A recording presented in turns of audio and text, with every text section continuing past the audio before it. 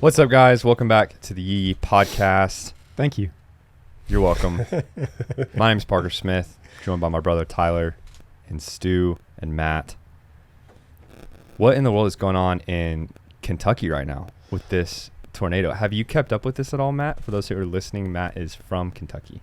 So I've kept up with it, not in full detail, but just for simplicity, a tornado touchdown in, I think it was northeast Arkansas, went through the southern part of Missouri, and then started through full western Kentucky all the way up to just outside Louisville, further out western than Louisville, but 230 miles the tornado was down for, which is the world's U.S. largest tornado track record. So it wiped out a lot of towns. A lot of people are suffering right now. It's a terrible time in the western part of Kentucky. Were you from around anywhere where it touched down? I'm not. I'm from Louisville. Okay. So that's pretty far out from where all the damage Had you occurred. ever experienced a tornado like that? Is that considered Tornado Alley there? So I don't know. Yes and no, because we've had tornadoes that have touched down there, but I don't know if it's considered Tornado Alley for sure.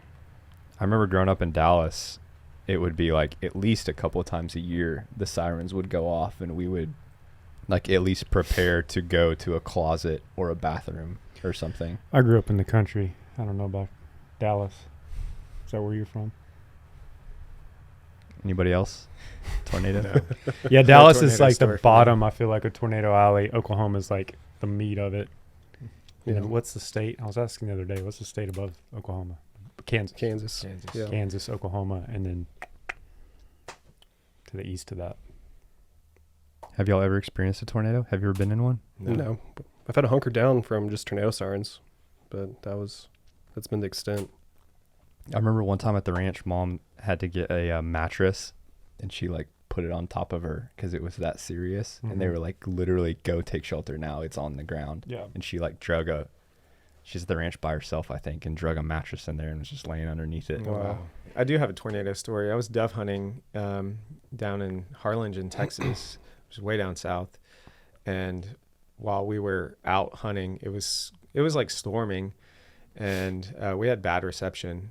And while we were out there, somebody like tried calling us like several times. We didn't pick up, but it was like raining, so we're just like under trees, like in miserable conditions. And yeah, we finally looked at our phones and there were like 12 missed calls, and they're like, yeah, you were under a tornado watch or warning or whatever. And we had no idea that we were in the middle of something going on. It's crazy. Tornadoes really are the scariest, like one of the scariest things. I remember having like recurring nightmares as a kid about Why? tornadoes for some reason, and just getting pulled up, just getting pulled out of my house, out of my bed, and then watching like the storm chasers. It's like the most interesting shows of like the guys who literally would just follow them and they'd see it Yeah. coming And then toward Twister them. came out. Yeah, Twister was probably the worst Yeah. as a kid watching. That was a classic. What Yeah. year was Twister? In the 90s. 97 maybe. Yeah. It sounds like a pretty good year. Mm-hmm. Yeah. Yeah, so in all seriousness, that is a terrible tragedy that happened in Kentucky. Literally took out entire towns, houses, people lost everything. Our good friend Scott with Kentucky Ballistics on YouTube is actually selling a shirt right now where 100% of the profits are going to help the disaster relief.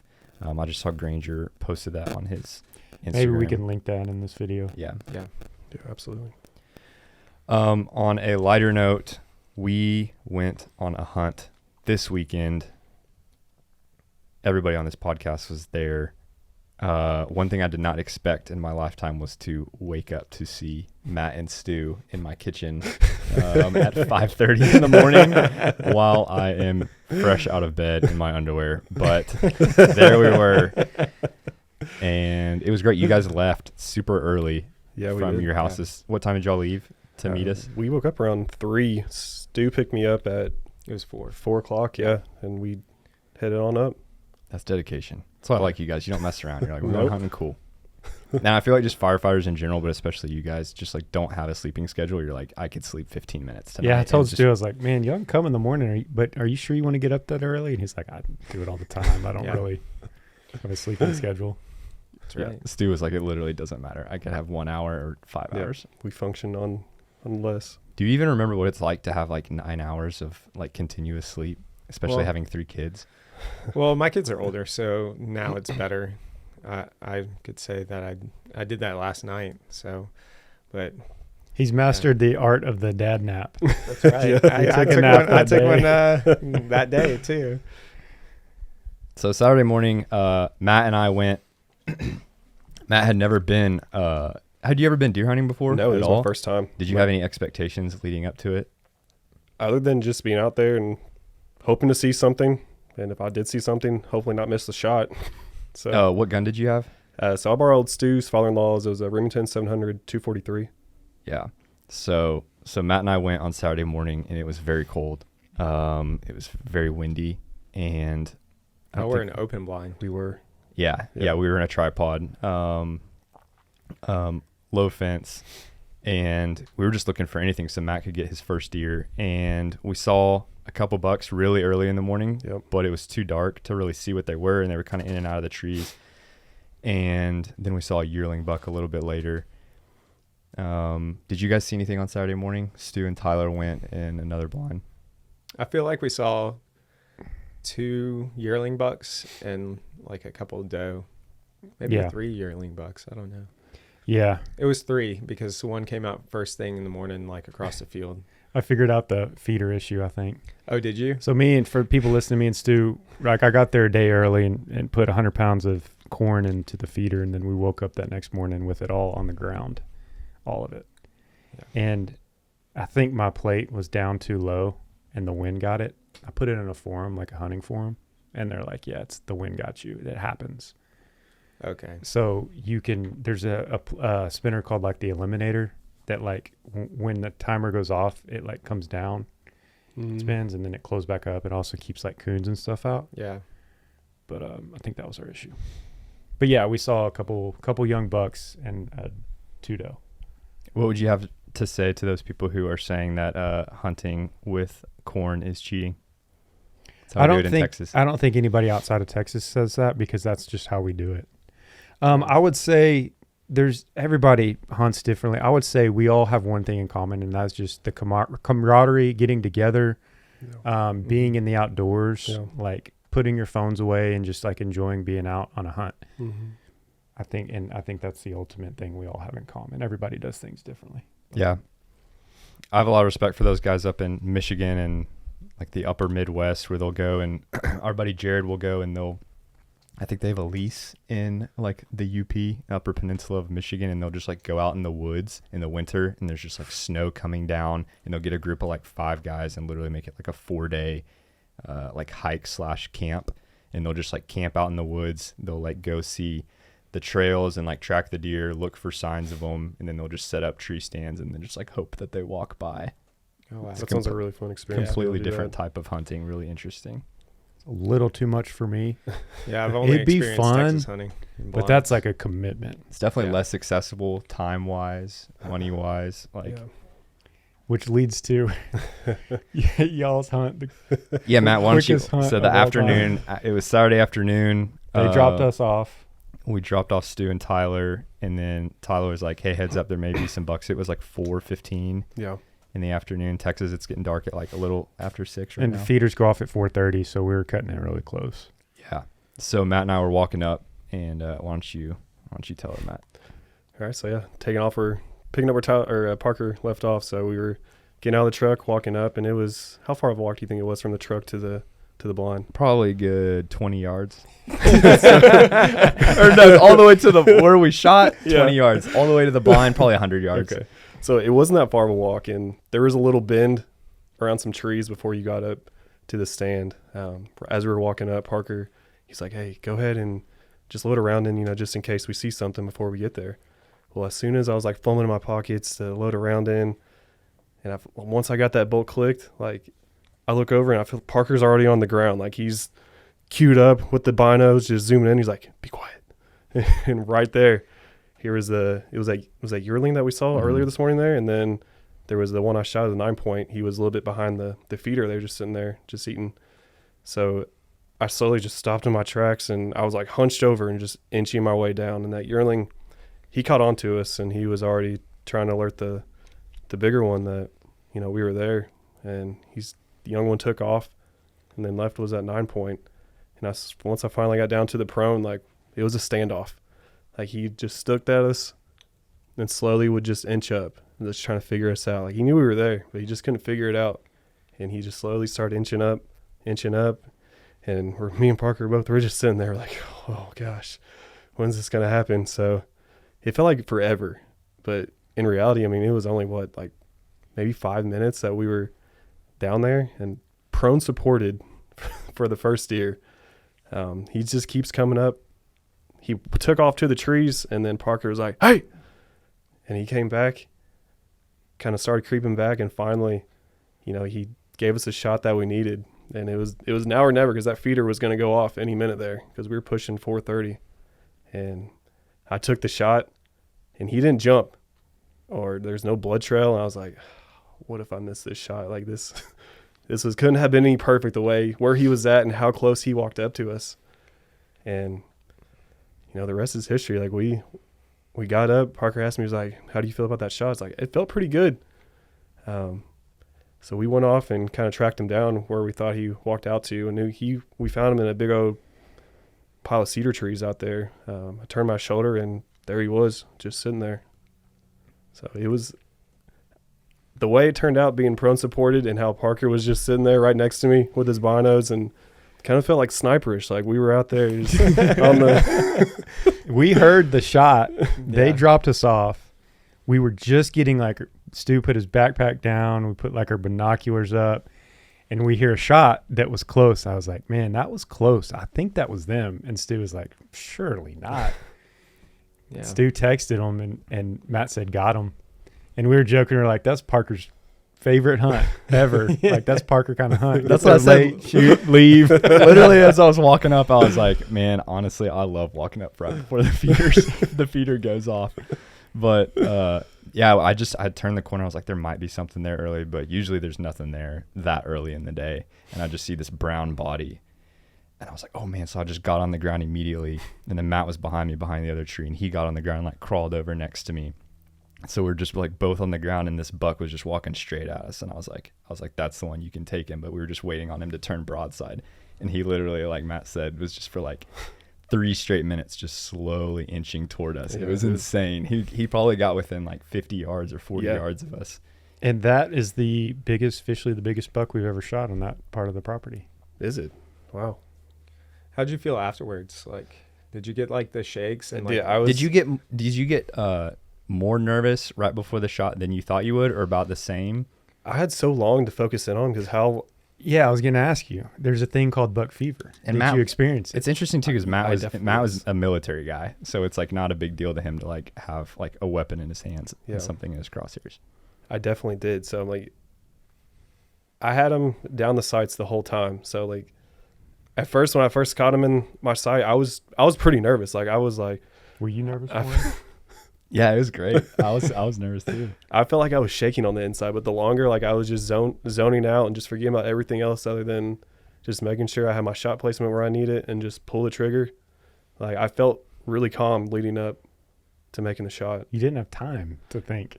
You don't, but at the time, like, all the thoughts going through my head, like, being, like I said, I mean, we were on the gravel road, being prone unsupported. Like, there was not really a comfortable spot to be at. Yeah, you'll remember that for forever. Yeah, it's definitely your first deer. Yes, it was a great buck. Absolutely. And the hunt that y'all had was just never heard anything like that. And it was a perfect shot right behind the shoulder and low, and there was 0 blood, which through was the so heart. interesting. Through the heart. Yeah, it was through the heart and 0 blood. But he still ran like probably 200 yards, which is so strange how they do that sometimes. Yeah, it is. So meanwhile, we go the back way back up to the house to clean Matt's buck. What is going on in Tyler and Stu's blind with Brian, who was initially on a bucket underneath you guys?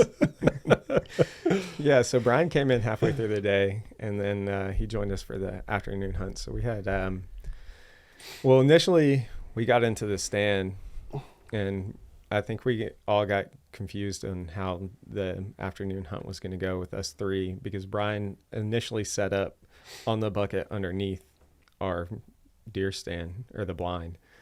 And Tyler was like, "Where's Brian?" And I was like, "He's down there." He's like, "No, bring him up. They're going to see him and smell him." So I was like, "All right, Brian, come on up." And like, then we're like just squeezed in, like Brian's sitting in between us on a bucket, and we're just like all squeezed in on this one tiny blind. Brian was just in plain sight, just sitting on a bucket underneath the blind.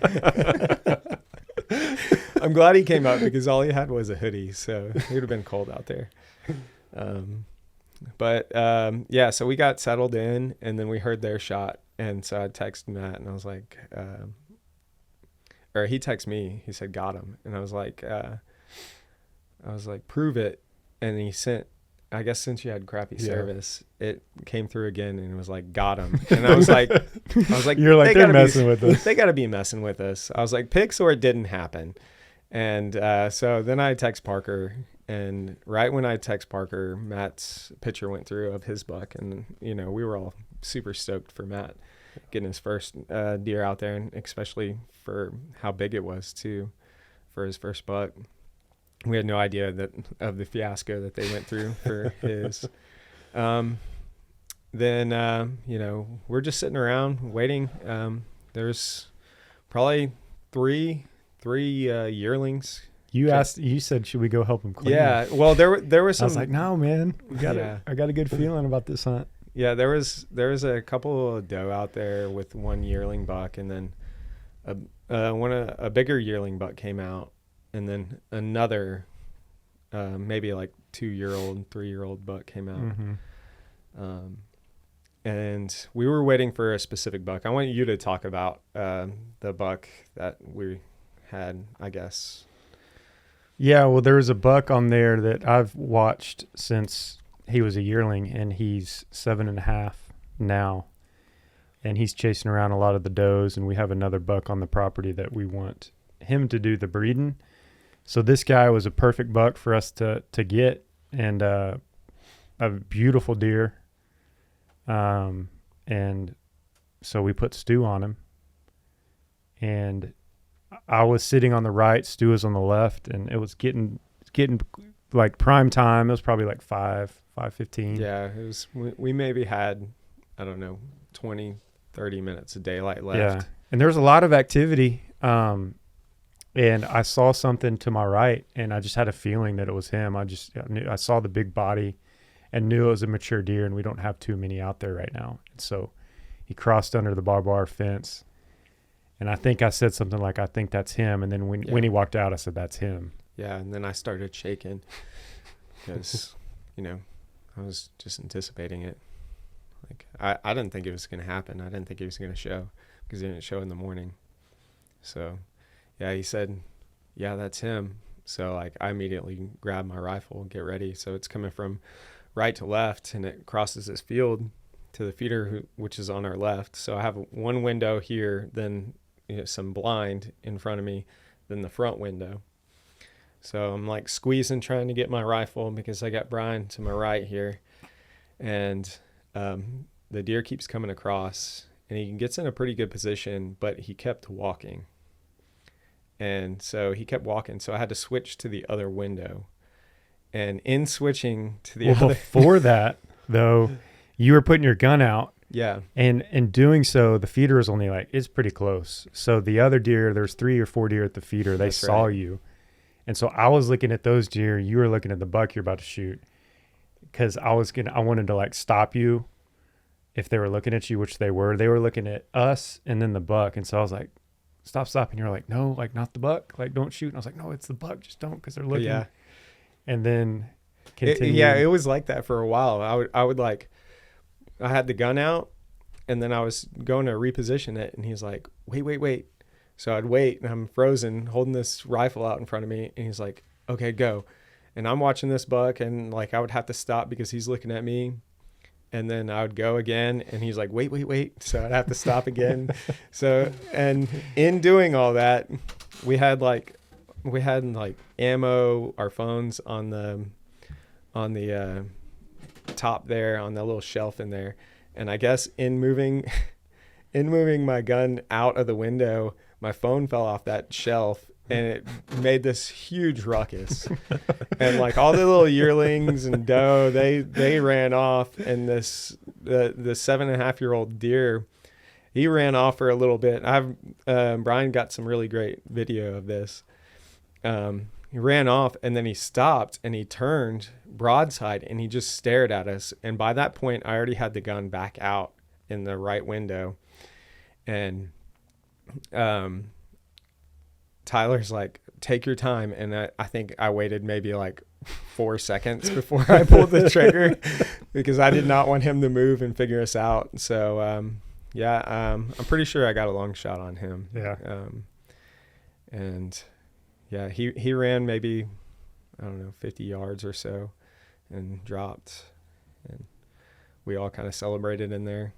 And it was a great experience. Yeah, Brian showed us the video that he took, and it's pretty hilarious seeing. Yeah. You can hear the phone drop. And you just hear, it's like you just kind of cringe watching it. You're like, oh, man. Because that buck did run like quite a ways when he heard the phone drop. Yeah. Stu was like, if that was your phone, Brian. And Brian was like, it wasn't. It was yours. He was like, it was yours. Immediately blaming. I know. I was so mad. I was like, I just pissed this away. What kind of meat did y'all get? Do you have a favorite type of venison? I got some snack sticks, some jalapeno cheese and regular snack sticks, breakfast sausage, and Jalapeno cheese grillers. jalapeno cheese grillers, and then I think we got the tenderloin wrapped in bacon. You did do that? Yeah. Yeah, and Tenderloin then bacon the wrap. back strap. I think I just got it tenderized so I can cut it up into steaks. Nice. So 40 pounds, is that what she said? Out of she said 20 pounds yeah. venison, 20 pounds pork Yeah, is the ratio. yeah. So she Interesting. said You're mine right. was about 45, and his was about 40. Yeah, that's what she estimated. Yeah, but it was a great hunt. Yeah, thank you all again for having us out. Yeah, we truly appreciate Definitely it. appreciate Do it it. again next weekend. Matt was able to supply me a razor blade, and we were able to clean his entire buck with a razor blade because we couldn't find any knives. the at box ranch. blade. So the knife thing, the next day after y'all left, I was like, dude, why didn't you just use the knife on your belt that you have with you every day? And he goes, yeah, I just remembered this morning. I had a knife on me the entire time. That's so It's funny. just for show. It's not a real knife. One of the things that I love about it too, I haven't I guess I did once last year, but I love the being at the hunt, seeing the moving, breathing animal, and then the anticipation leading up to it where you're like nervous and you're getting your gun, you're fumbling, and like things are happening. You don't know if it's going to come or if it like comes late at night when you didn't think it was going to come, like Stu yours. And then that process of like seeing and respecting the animal, taking it down in a clean way, and then like loading it into the truck, taking it right back to the house like Matt and I did, and then hanging it up, cleaning it, feeling it's still warm. Yep. You can just smell the meat. Mhm. You like find the heart and the liver and the organs. And you just appreciate it in such a way that you don't in a society where we don't see where any of our food's coming from. Right. Or It's such an ancient thing. Yeah. Yeah. Since the Mhm. beginning of time, people have been doing that. yeah. Yeah. It's such a cool way to just be like, God placed these animals here like for man to consume. And it's like one of the most primal things you can do. So it was really cool. I'm really glad I got to share that with you guys. Yeah. It was me awesome. too. It really was. It was a honor for sure. Definitely will never forget it. Yeah. Any last thoughts? No, I was going to say that was great. We shouldn't say the push turd. That venison will push a turd. I don't know if it'll Yeah, fit. it will. It'll push Why don't you go ahead and share it? So we were at the gas station before the evening hunt, filling up gas and getting some things. And there's this guy in there. It's an old town grocery store, middle of nowhere. There's this not elderly, sorry, she's watching. Older woman. And he's looking at, all the fried stuff, the chicken fingers, the jalapeno poppers, corn dogs, whatever. I don't know what he ended up picking. But he pointed at one and he said, I'll take that one. That'll push a turd. And the lady just didn't have any expression on her face. I was like, did he just say what I think he did to this lady? Anyway, so we had a good laugh. Yeah. It was a great story. Yeah, it's definitely brought up in conversations the rest of the night. Yes, absolutely. On that note, we will leave you guys.